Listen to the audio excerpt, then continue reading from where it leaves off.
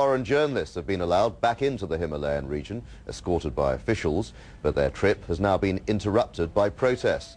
Tibetan monks disrupted an official news briefing at a temple, shouting that the authorities were lying about the recent unrest. They also insisted the Dalai Lama was not behind the trouble. The BBC wasn't invited on that Tibet trip, but let's get the very latest now from our correspondent, Quentin Somerville in Beijing.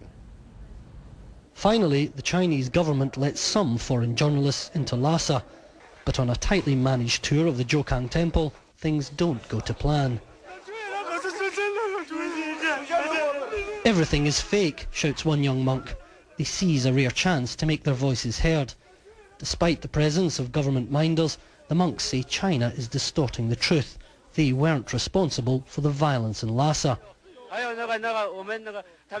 We want freedom, another says.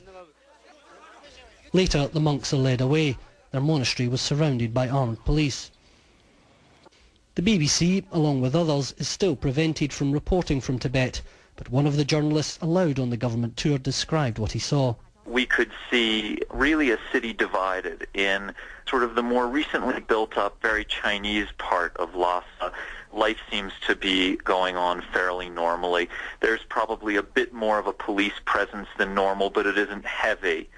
But in the old Tibetan section of town and in the blocks leading to it, we could see the remains of burnt-out buildings.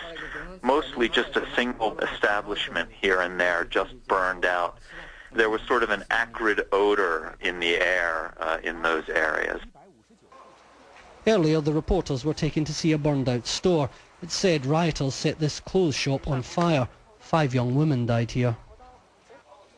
The next stop was a hospital. In barely 3 days, this small group of reporters have been given the briefest glimpse of what's going on in Tibet. It's not enough, says the exiled Tibetan leader. I simply appeal to many of my friends. I think one word I want to express. I think this is time. The Chinese government or concerned, I think the officials, I think must accept the reality. I think that's important. Now, in any case, we are 21st century. Because the pretending or lies cannot work.